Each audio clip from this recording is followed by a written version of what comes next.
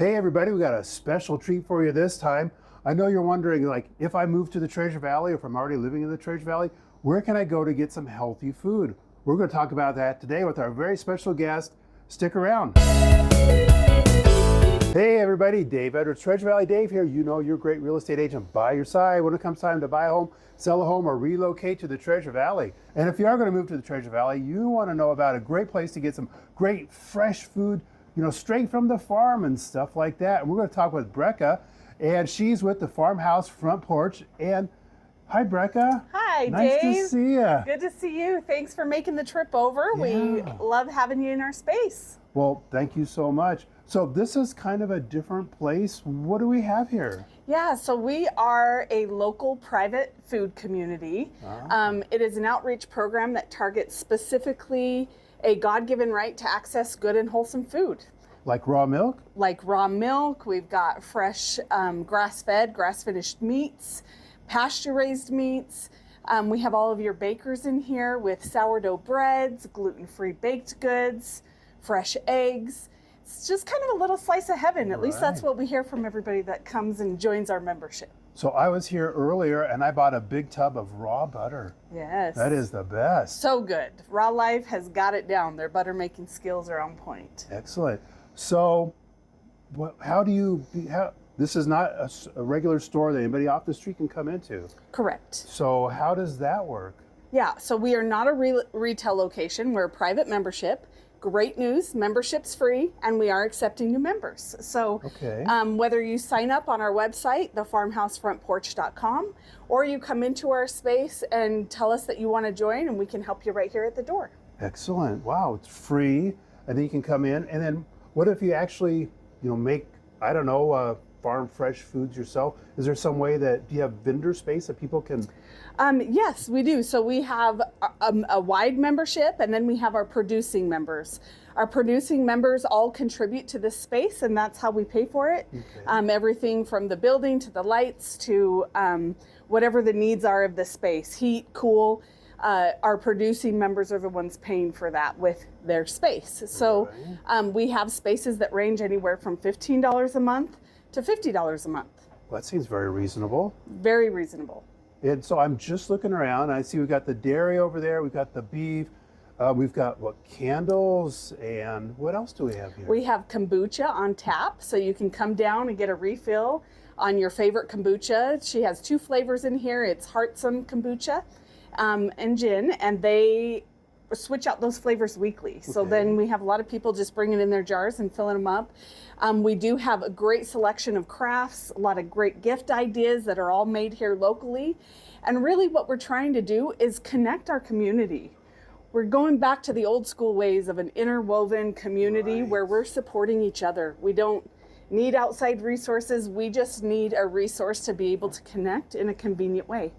And we feel like we've found a way to do that in this space. So as we're facing fall and we're getting the sniffles, we have plenty of vendors with lots of knowledge in herbalism. So we have tinctures available, elderberry syrups. We even have High Desert Farm Stand.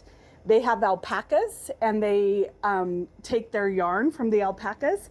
And we have socks and gloves. Wow. Beautiful knitted projects all over. So we have washcloths, we have fingerless mittens, whatever you need for the winter is here. And we're constantly adding and changing, and we have people contacting us regularly to join our membership. And we're so excited about that. So our in space just continues to grow, which at some point will become a problem in this little building. But for now, we're excited to find a way to make it happen. So I imagine that's going to be a good problem to have is when you guys go to expand, which means that you're being so effective and bringing more and more people together. Yes, and all around local. We aren't reaching out to other states. We aren't reaching out to other communities. We're doing this all right here in the Treasure Valley. Okay, and so where are we? We are over in Nampa, Idaho, just kind of a little bit off the beaten path, off Greenhurst between 12th and Midland. Okay. And doesn't look like much from the outside. Definitely says members only, private membership. Once you walk in the door and become a member, you are always welcome. And it's definitely worth the stop, even if it doesn't look like it from outside. Right. And so I'm going to have the hours and the address and everything. I'm going to link to their website. And so you can look for that down below in the description, because you're not open every day. We aren't. We just started our winter hours November 1st. So that looks a little something like every day but Monday. So Mondays we're closed. Tuesday through Friday we're open 12 to 6. Saturdays we're open 9 to noon. Okay. And Sundays we're here 10:30 to 3:30, so you can come and celebrate with us. You're making it very easy for the members to get in here. That's the idea, Dave. I love it. Yes. So what advice would you have for somebody that's just moving to our area from some, place like in California where, it's like if you had raw milk there, it was like having some illegal drugs. The black market. Right. The black market goodness. So is this all something to be scared of? Is all this fresh food? So in Idaho, raw milk is not illegal. It is, however, lawful to have it inspected by the Idaho State Department of Ag. So anything we carry in our space is lawful. It is inspected by the Idaho Department of Ag. Our producers are very good at what they do, and we trust that we are taking care of each other. Right. So within the space, we're doing all we can to make sure that the products offered here are serving our community as a whole in the best way possible. Which means safety and all of the things. Right. Yes. I like that. So if you are coming up here and you've heard all these bad stories in the mainstream media about, you need to have pasteurized milk, not necessarily, because there's a lot of benefits for raw food, including milk. A lot of people who have allergies or milk intolerances can often drink raw milk. I know both of our raw milk producers, Raw Life is 85%, I believe, A2. McIntyre Dairy is 100% A2 and 100% grass-fed. And then we also have Twin Arrows goat milk, which I know goat milk is one of those things that is quickly becoming a must for a lot of families as their babies have intolerances to chemical formulated formulas or milk itself. So it's a great softer option on the tummy. Yeah. And if you are coming up from California and you miss that sourdough bread, do any of your vendors have sourdough bread? We have several vendors with sourdough bread. We get lots of people in here from California wanting to try our sourdough options. And I've heard good things so far. So sounds like the crust could get a little crustier, but right. Oh, yeah. We love it. And it doesn't stay on that shelf very long. So I would say that that's a good sign. So with that crusty crust, you just put some of that raw butter on it and you're good to go. Yes. Yeah. Wow. So do you have any advice for people that are moving up here and looking for a different way of life?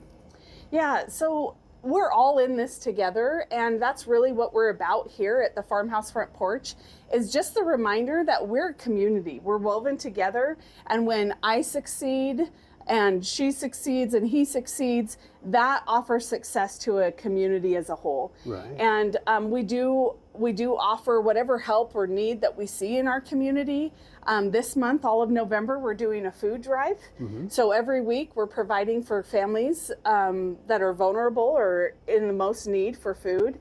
And our community has come together to do that alone. They've donated items, they've produced items to add to those boxes. And so if you're looking for a different way of life, I would say stay local. When we put and invest our time and money back into local resources, we aren't supporting corporations that then that money is leaving the state. That money stays right here in Nampa. It stays right here in Boise or the Treasure Valley as a whole.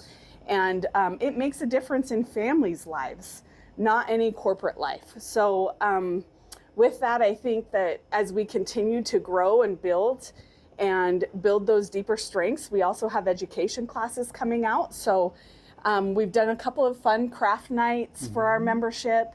We do have on the 15th of November, we have a pressure canning class coming up where local vendors from Sticks and Stones will be demonstrating to us how to properly can meats and goods. So just a demonstration, but a way to kind of get your foot in the door, get maybe your fingers wet with the process. And at some point, that's what this is going to be about, right? Is learning how to shop by the season here in Idaho while connecting community. So to do that, though, Idaho doesn't grow things all year long. So when you come out in April and you want tomatoes, I'm sorry, you're not going to find them. They aren't growing here locally in Idaho in April.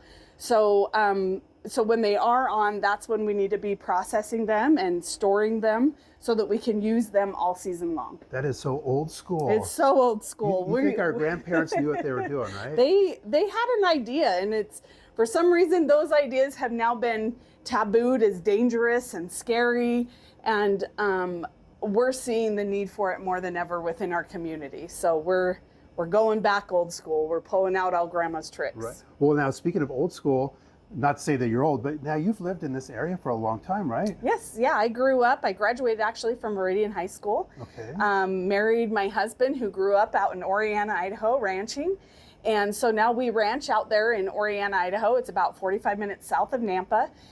So Nampa's our home. This is where we come to do all of our town stuff. And this is where we connect with our community, is right here in Nampa. So this whole idea of community, it's not some like new thing that's going on. It's something that you've been living for decades. It is. It's something that Mitch and I are very passionate about. We have spent our own time and resources for the last decade understanding that there is a need for it, that people need to feel connected within their community for all sorts of reasons, for security, for food security, for friends, for mental health.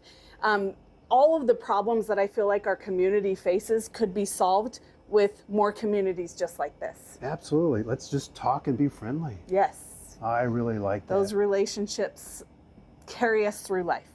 They absolutely do. Well, we respect your guys' time. So is there any last parting thoughts that you'd like to share with our people? We look forward to seeing you over here at the Farmhouse Front Porch. Again, membership is free. You are agreeing to take yourself out of the public and into the private. So everything we do within this space is member to member. No government involvement. I love it.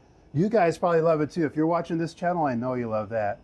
Well, thank you so much. Thank you, Brecca, for this great tour and the great explanation of what's going on. Yeah. And we will see you guys. Oh, if you want to know more about what it's like to live in Idaho, go to our website, www.treasurevalleydave.com, and we will see you on the next video.